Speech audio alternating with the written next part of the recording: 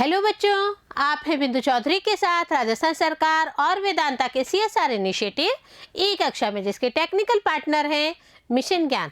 बच्चों, हम अपना ऐसे पोर्शन कवर कर रहे थे और ऐसे में भी हमारा ट्राइबल वर्ड्स का जो ऐसे है वह चल रहा था।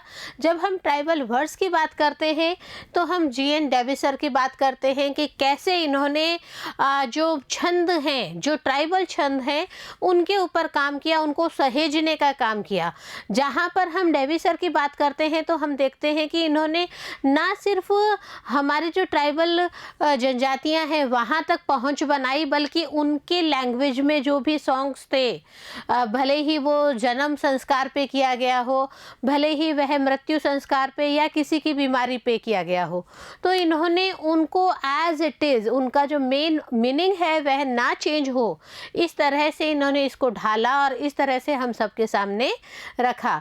हम देखते हैं कि डेवी सर कहीं ना कहीं बहुत ज़्यादा काम कर रहे हैं। इन्होंने अलग अलग जगह जब सर्च किया, इनकी टीम ने सर्च किया, तो हम देखते हैं कि कैसे स्नो को हिमाचल प्रदेश में 250 नेम से जाना जाता है, कैसे राजस्थान में जो बालू मिट्टी है उसको कितने नाम से जाना जाता है। लेकिन यह भी बताया गया कि इन दीज टाइमिंग्स, अब जो समय चल रहा है इसमें कितनी ही ऐसी भाषाएं हैं जो लुप्त प्राय हो गई हैं। क्योंकि अब उन वर्ड्स को बोलचाल की भाषा में यूज़ नहीं किया जा रहा है। तो इसीलिए जो ट्राइबल कास्ट के पीपल थे, उनके जितने भी वर्ग थे, उनको एक आइडेंटिटी दिलाने का काम अगर हम कहें तो डेवी सर का ही है। और कहीं ना कहीं जब ये कहा गया कि इसको लिटरेचर में नहीं माना जाएगा, उस कंडीशन में भी इन्होंने अपने आप में स्ट्रगल किया, इनकी टीम ने स्ट्रगल किया और कहा कि it's okay, it's not in the written form, oral form में था, बट ये हमारी जो ट्रेडिशनल वैल्यूज है उसका हिस्सा है। बच्चों, आज हम पार्ट 3 कवर कर रहे हैं और जब हम पार्ट 3 की बात करते हैं, इट मीन हमारा जो ऐसे है वह गोइंग ऑन है और उस ऐसे का ही आगे का पार्ट हम कर रहे हैं। बच्चों, आपको याद होगा कि कैसे अलग अलग ट्राइब्स के बारे में सर यहाँ पे डिस्कशन कर रहे थे। अब हम इस जो पार्ट में कवर कर रहे हैं वह संथाल और मुंडा ट्राइब्स की बातें और इनके जो वर्क्स हैं उनके बारे में बात करेंगे यहाँ पे। Besides this, tribes like Santhal and Munda have also played a prominent role in the socio political movements of their regions. जहाँ पर कि हम संथालों की बात करते हैं, जहाँ पर कि हम मुंडा ट्राइब्स की बात करते हैं, तो सबसे बड़ा जो प्लस पॉइंट है वह प्लस पॉइंट यह है कि इन्होंने जो उस समय विशेष में सोशियो पॉलिटिकल मूवमेंट्स चल रहे थे, सामाजिक और राजनीतिक आंदोलन चल रहे थे, उन आंदोलन में अपनी तरफ से महती भूमिका निभाई।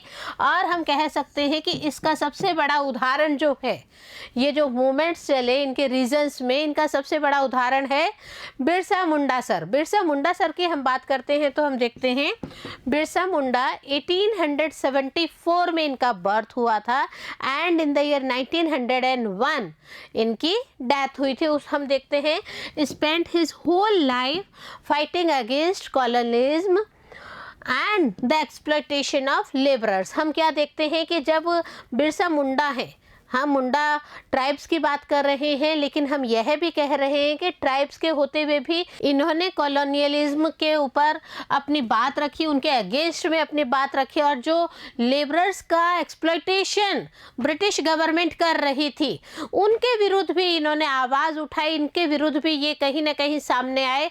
और आज दिन तक हम बिरसा मुंडा की जयंती उतने ही श्रद्धा से मनाते आ रहे हैं कि इन्होंने कहीं ना कहीं ये जो हमारे इंडिया के लिए एक अटेम्प्ट किया, बेस्ट अटेम्प्ट किया, इसके लिए हम अभी भी इनके सामने शीश नवाज करते हैं।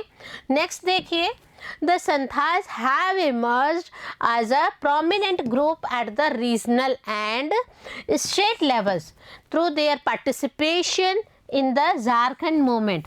जब हम झारखंड आंदोलन की बात करते हैं बच्चों, झारखंड आंदोलन की बात करते ही हम बात करते हैं संथालीज की। तो यहाँ पे जो संथाल्स हैं उन्होंने भी ग्रुप्स बना के, प्रोमिनेंट ग्रुप्स बना के कहीं ना कहीं रीजनल और स्टेट लेवल पे पार्टिसिपेशन किया था झारखंड मूवमेंट में। और यहाँ पे संथालों की जो भूमिका है वह अपने आप में बहुत ही इम्पोर्टेंट रूप से सबके सामने आई थी कि it's okay these are tribes, but इन्होंने कहीं ना कहीं झारखंड मूवमेंट में अपना बराबर का रोल अदा किया है। द 3 सेलेक्टेड सॉन्ग्स, अब हम जो सेलेक्टेड सॉन्ग्स की बात करते हैं बच्चों, उनके बारे में हम आपको बता रहे हैं। The 3 selected songs give us a small glimpse into the rich repository of folk song that is an expression of the tribal vision of life. हम बात कर रहे हैं ट्राइबल विजन ऑफ लाइफ की। इट मीन्स जो जनजाति क्षेत्र है वहाँ की जिंदगी की अगर हम बात करते हैं तो हमारे पास में रिच रिपोजिटरी है फोक सॉन्ग्स की। What is this repository? Collection centre, एक संग्रह केंद्र है फोक सॉन्ग्स का, लोक गीतों का, जहाँ पर कि हम देखते हैं कि उनके जो सेलेक्टेड ग्लिम्सेस हम सबको नजर आ रहे हैं वहाँ पे। Their close connections with nature. अब देखिए इनके फोक सॉन्ग्स के जो इम्पॉर्टेंट बातें हैं उसमें देखिए their close connection with nature is evident from their believe in the interdependence between human beings and nature.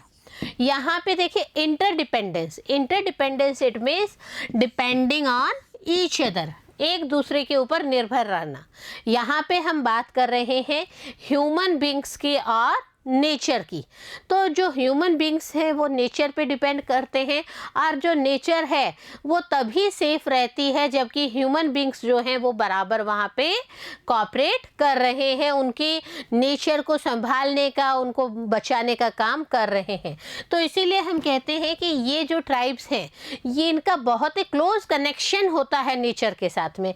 ये एक तरह से बिलीव करते हैं कि हम जो ह्यूमन बींग्स हैं हम और नेचर एक दूसरे के ऊपर डिपेंड है। आप खुद देखिए मॉर्निंग आवर्स में आपकी रसोई से लेकर रात तक आपकी रसोई का काम, आपके ड्राइंग रूम में फर्नीचर है, आपकी बुक्स हैं, आपके पेंसिल्स हैं, तो A to Z चीज़ें अगर आप देखो आप खुद नेचर के कितने करीब हैं। भगवान की पूजा करते हैं तो फूलों का अर्पण करते हैं। तो यहाँ पे हम कह सकते हैं कि जो हम ह्यूमन बींग्स हैं ये नेचर के ऊपर बहुत ज़्यादा डिपेंडेंट है और नेचर की केयर करना भी हमारे लिए उतना ही ज़रूरी है। Nature for them is living and responsive to human existence and human actions. अब यहाँ पे जब हम ट्राइब्स की बात कर रहे हैं, स्पेशली ट्राइब्स की, हमने आपको बताया था बच्चों कि जो ट्राइब्स है वो ज़्यादातर डिस्टेंट एरियाज़ में रहती है। वहाँ पे अगर हम ये कहें मोबाइल्स तो बहुत दूर की बात है। It's okay modernity is there, अब आ रही है मॉडर्निटी, बट फिर भी हम देखते हैं कि इन्होंने अभी तक, हमने आपको बताया कि साउथ अफ्रीका में तो एक ऐसी ट्राइब है जो दूर से ही अगर किसी भी XYZ पर्सन को, अनजान पर्सन को देखती है तो वो जहरीले तीर मारकर उनको वहीं की वहीं डिस्टेंस कर देती है। अभी तक भी वो लोग ओपनली बाहर नहीं आ रहे हैं। तो ये जो ट्राइब्स की महत्ता है, यहाँ पे हम इसी की बात कर रहे हैं कि ट्राइब्स के लिए ये जो नेचर है, ये नेचर, प्रकृति जो है एक लिविंग और रिस्पॉन्सिव है। क्यों? क्योंकि जब ह्यूमन एग्जिस्टेंस तभी रह पाएगा जब हमारी प्रकृति जिंदा रहेगी, और जब हमारी प्रकृति जिंदा रहेगी तो उसके लिए हमें एक बहुत इम्पॉर्टेंट काम करना है। ट्राइब्स के अनुसार ह्यूमन एक्शंस को कंट्रोल करना है। हम पेड़ काट रहे हैं, लेकिन क्या हम सूखे पेड़ काट रहे हैं? क्या हम अलग पेड़ और लगा रहे हैं क्या? ये सब चीज़ें ट्राइब्स जो हैं बहुत ही अच्छे से देखते हैं। और आप देखिए कि ये जो आदिवासी लोग हैं ये ज़्यादातर जंगलों के आसपास रहते हैं, वहाँ पे इनको देखिए प्रोटेक्शन भी मिल रही है, बट ये नेचर के लिए भी उतना ही समर्पित रहते हैं। Demanding respect essential for any kind of coexistence. तो यहाँ पे ह्यूमन बींग्स की बात करें या प्रकृति की बात करें तो हम ये चीज़ महत्वपूर्ण है कि हम क्या देखते हैं कि ये जो इन दोनों का एग्जिस्टेंस है, ह्यूमन बींग एंड नेचर का, ये कोएग्जिस्टेंस है। एक दूसरे के रेस्पेक्ट करेंगे तभी आगे बढ़ेंगे। आप कह देंगे बिंदु मैम नेचर तो नॉन लिविंग बींग है, बट नॉन लिविंग बींग होते हुए भी ये हमें कितनी चीज़ें प्रोवाइड कर रही है, कितनी चीज़ें प्रोवाइड कर रहे हैं। और हम तो हमारे पूर्वजों से सुनते भी थे कि पहले तो पेड़ पौधे भी इंसानी लैंग्वेज बोलते थे। तो ये जो कोएग्जिस्टेंस है ये बहुत ही इम्पॉर्टेंट हो जाता है The songs exist originally in the native languages of the tribes and are sung or chanted. Native का मतलब होता है बच्चों बर्थ प्लेस, जहाँ पर कि हमारा जन्म हुआ है। तो यहाँ पे हम बात करते हैं जो भी सॉन्ग्स अभी एट प्रेजेंट एग्जिस्ट हैं, उनके जो गीत हैं अभी भी मौजूद हैं, तो वहाँ पे हम देखते हैं कि वो गीत उनकी खुद की जो मातृभाषा है, जहाँ पर उनका जन्म हुआ है, उसी भाषा में गाए गए हैं और जो ट्राइबल्स हैं उनके द्वारा या तो गाए जाते हैं या फिर चेंटिंग होती है। चेंटिंग इट मीन्स आप देखिए हम गायत्री मंत्र की चेंटिंग करते हैं, हम मॉर्निंग आवर्स में स्कूलों में प्रेयर्स की चेंटिंग करते हैं। तो ये जो चेंटिंग है ये बहुत ज़रूरी है। और जहाँ पर हम बात करते हैं ट्राइब्स की, तो ट्राइब्स जो हैं एक जनरेशन से दूसरे जनरेशन को या तो बोलचाल से या फिर चेंटिंग करके ही अपनी बातों को पहुँचाते हैं। The effort to bring them to students in English naturally involves some loss of the original flavor and spirit, but that is a problem of all translation, and constant attempts need to be made to minimize this loss. अब यहाँ पे हम सबसे पहले आपको बच्चों spirit का meaning बताते हैं। स्पिरिट इट मीन्स हमारी जो भी फीलिंग्स होती हैं, जो भावनाएं होती हैं, जो इमोशंस होती हैं, वह मिनिमाइज इट मीन्स शॉर्टेस्ट करना, उसको कम से कम करना। तो यहाँ पे देखिए आप कि ये जो डेवी सर की बात है और ये जो उनकी टीम की बात है, यहाँ पे मेन उनका क्या काम था कि वो इनके सॉन्ग्स को और इनके जितने भी चेंटिंग वर्ड्स थे उनको कलेक्ट करते थे। और इनका मेन उद्देश्य था कि ऐसे स्टूडेंट्स जो इंग्लिश में बोल रहे हैं, आप देखिए हम भी इंग्लिश में ही आपको इनके जो सॉन्ग्स हैं वो बताएंगे। तो ये जो इंग्लिश में है तो नेचुरली वही के वही टोन, वही के वही इमोशंस उसके अंदर आने चाहिए। कुछ जो लॉस है ओरिजिनल फ्लेवर का वो कम से कम होना चाहिए, प्लस जो स्पिरिट है, जो फीलिंग्स उसके अंदर आ रही है, उनमें कहीं ना कहीं कोई कमी नहीं रहनी चाहिए। इट मीन्स उसी इमोशंस के साथ, उसी फीलिंग्स के साथ ही कहीं ना कहीं जो ट्राइब्स के सॉन्ग्स हैं वो आगे वाली पीढ़ी को इंग्लिश में पहुँचे, ये कोशिश इनके द्वारा की गई। यहाँ पे देखिए एक सबसे बड़ी प्रॉब्लम क्या आ रही थी, किसी भी लैंग्वेज में ट्रांसलेशन करें, all translations and constant attempts, इन सब के लिए क्या ज़रूरत थी कि कैसे भी तरह का अनुवाद करें, कितनी ही बार उसको बार बार अटेम्प्ट्स में कर करके उसको एकदम फेयर वर्क की तरह, इट मीन्स ओरिजिनलिटी को बरकरार रखते हुए। तो हम क्या देखते हैं कि इनके पीछे सिर्फ इनका एक ही उद्देश्य था कि जो भी सॉन्ग है, जो भी उनकी चैंटिंग्स है, जो भी उनकी बातें हैं, उनमें कम से कम लॉस करते हुए, उनका जो ओरिजिनलिटी है उसमें कम से कम लॉस करते हुए मेन चीज़ में उसको एज इट इज़ देने की हम सबको ट्रांसलेट करके कोशिश की गई है। यहाँ पे देखिए, but for some conscious effort being made to first preserve these songs, सबसे पहले कोशिश क्या गई, conscious it means able to see hear etcetera, किसी भी चीज़ को सुनना, देखना। और प्रिजर्व की हम बात करते हैं तो है टू स्टोर। हम यहाँ पे कोशिश कर रहे हैं डेवी सर के साथ में, डेवी सर और उनकी टीम यह चाहती थी कि जो भी इनके गाने हैं, जो भी इनके सॉन्ग्स हैं, उनको इस हिसाब से प्रिजर्व करके रखा जाए कि बहुत ही सजगता से ये चीज़ें हमारे सामने सुरक्षित रूप से रह सकें। These pieces of literature would have been lost to us completely. हम क्या देखते हैं कि लिटरेचर, जहाँ पे हम लिटरेचर की बात कर रहे हैं, तो ट्राइब्स का जो लिटरेचर है वह भी अपने आप में बहुत ही इम्पॉर्टेंट होता है। तो यहाँ पे जब हम लिटरेचर की बात करते हैं तो हम क्या देखते हैं कि अगर धीरे धीरे इनको प्रिजर्व नहीं किया जाता तो एक टाइम बिंग ये अपने आप को कंप्लीटली लॉस्ट में गायब हो सकते हैं, कंप्लीटली लॉस्ट हो सकते हैं। इसीलिए Devy sir and his team available all of us as a translation method के द्वारा इन्होंने हमें यह चीज़ें समझाने की कोशिश की है। However, limitedly, it is only through translation that we are able to even assess these works. और हम यह प्राउडफुली कह भी सकते हैं बच्चों की क्या हुआ, भले ही लिमिट में भले ही कुछ सीमा तक, परंतु फिर भी इन ट्रांसलेशंस के थ्रू हम सबको जो इनके वर्क्स हैं, जो ट्राइब्स के सॉन्ग्स एक्सेट्रा हैं, वो डेवी सर और इनकी टीम के द्वारा हम सबको सुरक्षित रूप से ट्रांसलेशन करके बताया गया और हमें उन्हें बताया गया कि what is the actual meaning of these songs.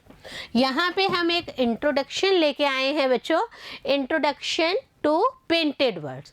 जो वर्ड्स हैं उनका क्या, कैसे उनके द्वारा बोले गए, कैसे क्या किया गया। देखिए, most tribal communities in India are culturally similar to tribal communities elsewhere in the world.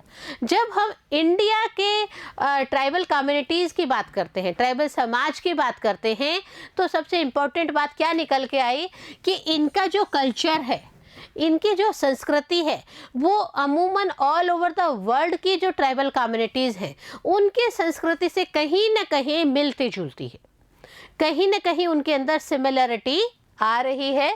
They live in groups that are cohesive and organically unified. अब जब हम बात करते हैं सबसे पहली इनके विशेषता ट्राइब्स की, तो हम देखते हैं कि ये सब क्या करते हैं, ये ग्रुप्स में रहते हैं और कोहेसिव इट मीन्स यूनिटी, संगठित होके रहते हैं। सबसे बड़ी इनका है कि ग्रुप्स में रहना, ग्रुप्स में रह के भी संगठित होके रहना। संगठित होके, आपने, मैं एक एग्जांपल बताऊंगी, हम ये नहीं कहते कि वो आदिवासी हैं, लेकिन आपने गाड़ियाँ लोहार देखे होंगे जो एक जगह टाइमिंग रहते हैं, 2-3 महीने स्टे करते हैं, अपने खुद के जो बैलगाड़ी है, ऊँट गाड़ी है, वो अपने संग में रखते हैं और एक टाइमिंग वहाँ पे स्टे करने के बाद में वो वापस दूसरी जगह चले जाते हैं। आपने देखा होगा बच्चों कि वो ग्रुप्स में रहते हैं। सेम हेयर, जब हम बात करते हैं ट्राइब्स की, तो ट्राइब्स भी एक यूनिटी के रूप में, ग्रुप के रूप में एक साथ रहते हैं। They show very little interest in accumulating wealth or in using labor as a device to gather interest and capital। अब सबसे इम्पोर्टेंट बात इनकी पहले आ गई, ग्रुप में रहना। सेकंड बात यहाँ पे निकल के आ रही है कि ये जो ट्राइब्स हैं ये बहुत कम इंटरेस्ट लेते हैं कि उनके पास में पैसा इकट्ठा हो। क्यों? क्योंकि ये पैसा इकट्ठा करने में बिलीव नहीं करते हैं, प्लस ये जो है अपने लेबर का या इनके जो भी डिवाइसेस हैं इनका यूज़ कभी भी कैपिटल या इंटरेस्ट गेन करने के हिसाब से नहीं लेते हैं। अगेन वही बात आ गई, मेहनत बहुत करते हैं लेकिन उसके द्वारा जो पैसा आता है उसको जमा करना इनकी फितरत में कम ही है। They accept a world view in which nature, human beings and God are intimately linked and they believe in the human ability to spell and interpret truth। यहाँ पे सबसे इम्पॉर्टेंट बात हम वापस डेवी सर के साथ में लेके आए हैं। देखिए, इंटीमेटली, इंटीमेटली का मतलब होता है फ्रेंडली। सबसे बड़ी बात है ट्राइब्स के बच्चों कि वो नेचर, ह्यूमन बींग्स और गॉड, इन 3 चीज़ों के ऊपर बहुत ज़्यादा बिलीव करते हैं और ये एक पूरा एक्सेप्टेड वर्ल्ड, पूरे संसार की हम बात कर रहे हैं तो ये चीज़ उभर कर सामने आ रही है कि ये तीनों एक दूसरे से फ्रेंड की तरह रह रहे हैं और इतना अच्छे से वे एक दूसरे से लिंक्ड है कि वो ये विश्वास करते हैं कि जो ह्यूमन एबिलिटी है, ह्यूमन एबिलिटी क्या है? किसी चीज़ को बोलना और सच्चाई को सामने रखना। तो ये ह्यूमन एबिलिटी है, ये हम सबके सामने उजागर हो रही है। हमने आपको बताया कि ट्राइब्स भले इंडिया की ले लें, भले हम वर्ल्ड की ले लें, वो उनके जो बातें हैं, उनके जो ट्रेडिशंस है वो near about same to same ही है। तो ये हमारा यहाँ पे 3rd पॉइंट क्लियर हुआ है। नेक्स्ट देखिए, they live more by intuition than reason. सबसे इम्पॉर्टेंट बात है इंट्यूशन। इंट्यूशन का मतलब होता है know that something is true. अपने मनोभाव को हम कई बार कहते हैं ना कि पूर्वानुमान हुआ है।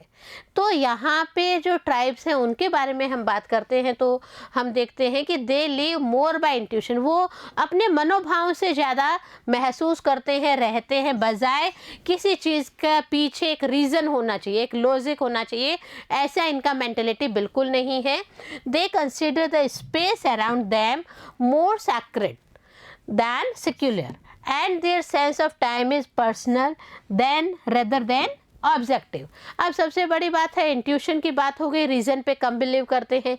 दूसरी बात हो गई कि वो जो हैं एक अपने आसपास एक ऐसा स्पेस रखते हैं, एक ऐसा जगह रखते हैं जहाँ पर कि वो सेक्रेड है, सेक्युलर नहीं है, सेक्रेड रूप में वो रह रहे हैं। नेक्स्ट पॉइंट है कि ये जो इनका सेंस ऑफ टाइम है ये ज़्यादातर पर्सनल लेवल पे होता है, ना कि ऑब्जेक्टिव लेवल। ऑब्जेक्टिव लेवल की बात है बेस्ड ऑन फैक्ट्स, तथ्यों पर आधारित बातों में ज़्यादा बिलीव नहीं करते हैं। ये सिर्फ और सिर्फ अपने पर्सनल बेसिस पे ही किसी चीज़ को प्रेडिक्ट करके देखते हैं।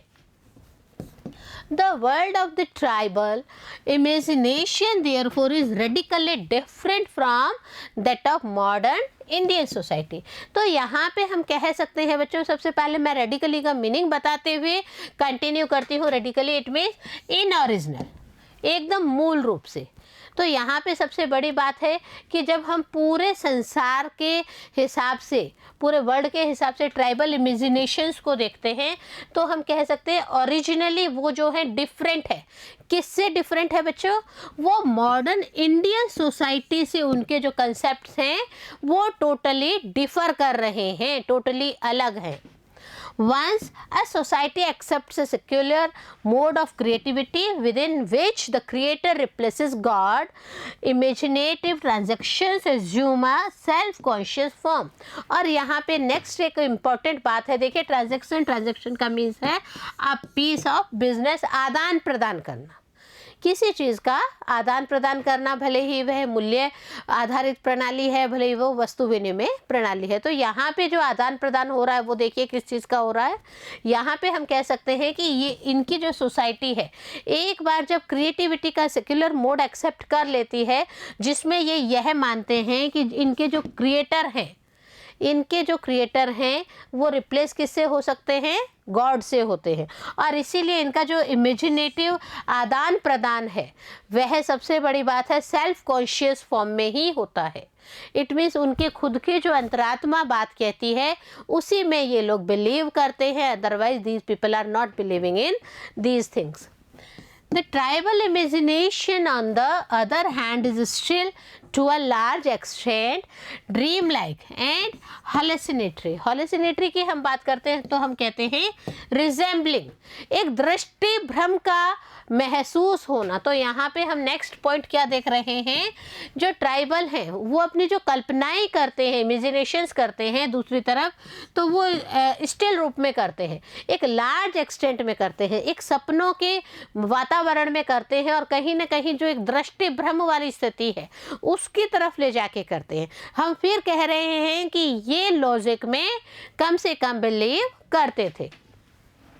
It admits fusion between various planes of existence and levels of time in a natural way।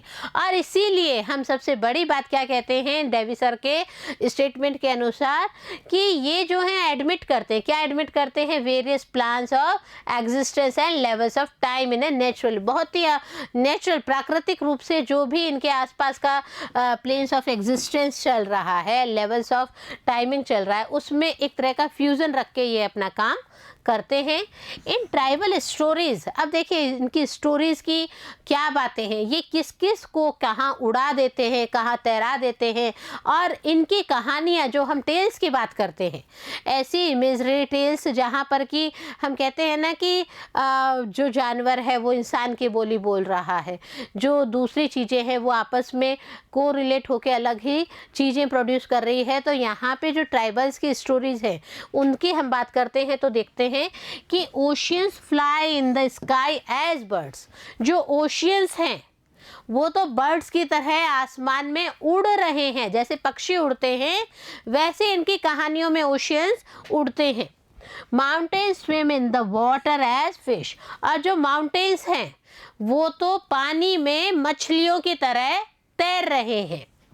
Animals speak as humans, और जो एनिमल्स हैं वो किस तरह से बर्ताव कर रहे हैं? ह्यूमन बींग्स की बोली बोल रहे हैं, ह्यूमन बींग्स की तरह वो भी बातें कर रहे हैं।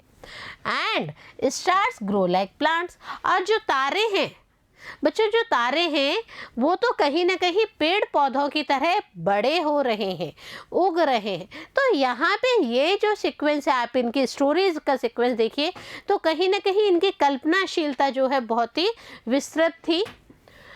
Special orders and temporal sequence do not restrict the narrative. अब यहाँ पे देखिए मीनिंग बताऊँ मैं, रिलेटेड टू एनी ऑब्जेक्ट, कोई भी किसी भी चीज़ से रिलेट होना प्लस टेम्परल सीक्वेंस, ये जो है रिस्ट्रिक्ट नहीं करती है उनके नरेटिव्स को। नरेटिव्स इट मीन्स वो जो एक्सप्लेनेशंस अपनी कहानियों में बताते हैं, उन कहानियों में कहीं पे भी किसी वस्तु के आकार या क्षेत्र से संबंधित जो सीक्वेंस है वह मायने नहीं रखता। मेन क्या है कि उनका जो नरेटिव टेक्निक है, उनका जो एक्सप्लेनेशन का तरीका है, वो सबसे इम्पॉर्टेंट रूप से उभर कर सामने आता है। This is not to say that tribal creations have no conventions or rules, but simply that they admit the principle of association between emotion and the narrative motive। यहाँ पे हम मोटिव की बात करते हैं तो हम देखते हैं एक डिज़ाइन, किसी वस्तु या चित्र का डिज़ाइन। तो यहाँ पे एक और जो ट्राइब्स की खासियत है वह निकल कर सामने आ रही है। देखिए, ये नहीं कह सकते हैं कि जो ट्राइबल्स का क्रिएशन है उस क्रिएशन का कहीं भी नो कन्वेंशंस, कोई रूल नहीं है, कोई कन्वेंशन नहीं, परंतु हम ये ज़रूर कह सकते हैं कि वो जो है ट्राइब्स जो हैं वो अपने टेल्स इत्यादि में प्रिंसिपल ऑफ एसोसिएशन, एक तरह का संबंध ज़रूर स्थापित करके बताते हैं। वह संबंध है भावनाओं का, वह संबंध है किसी वस्तु या डिज़ाइन को नरेट करके बताने का। फॉर एन एग्जाम्पल, हमने आपको बताया कि जो माउंटेन्स हैं वो वाटर में फिश की तरह तैर रहे हैं, जो स्टार्स हैं वो प्लांट्स की तरह बड़े हो रहे हैं। तो यहाँ पे ये सब कोरिलेट करके दिखाना भी इनकी ट्राइब्स की जो सॉन्ग्स हैं, जो ट्राइब्स के वर्किंग्स हैं, उनमें शो होता है।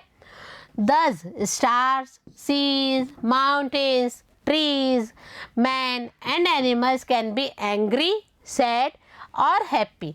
और इसीलिए जब हम देखते हैं कि इनकी जो इमेजरी टेल्स है, उन इमेजरी टेल्स में हम क्या देखते हैं कि कहीं पे भी तारों की बात करें, सीज की बात करें, हम माउंटेन्स की बात करें, हम पेड़ पौधों की बात करें, हम ह्यूमन बींग्स की बात करें या फिर हम एनिमल्स की बात करें, तो हम क्या देखते हैं कि जिस तरह से ह्यूमन बींग्स के इमोशंस होते हैं उसी तरह इन सब के भी इमोशंस होते हैं। ये कभी भी गुस्सा भी कर जाते हैं, कभी सैड दुखी भी हो जाते हैं और कभी सुखी भी महसूस करते हैं। तो ये जो इनके क्वालिटीज़ हैं, इनके टेल्स में जो उभर के आ रही है, ये कहीं ना कहीं एक ऐसा एटमॉस्फेयर क्रिएट करती है जहाँ पर कि हमें लगता है कि हाँ, ये जो है ये ट्राइब्स कितना नेचर के करीब हैं। आप देखिए, नेचर की बातें, स्टार्स की, सीज की, माउंटेन्स की, ट्रीज़ की, मैंस की, एनिमल्स की, तो नेचर के आसपास की बातों को इंक्लूड किया गया है।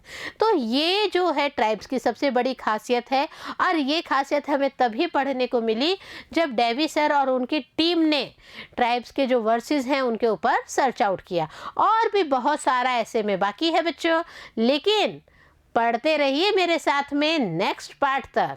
जी हाँ, मिलते हैं नेक्स्ट पार्ट में, तब तक बने रहिए बिंदु के साथ। नमस्कार।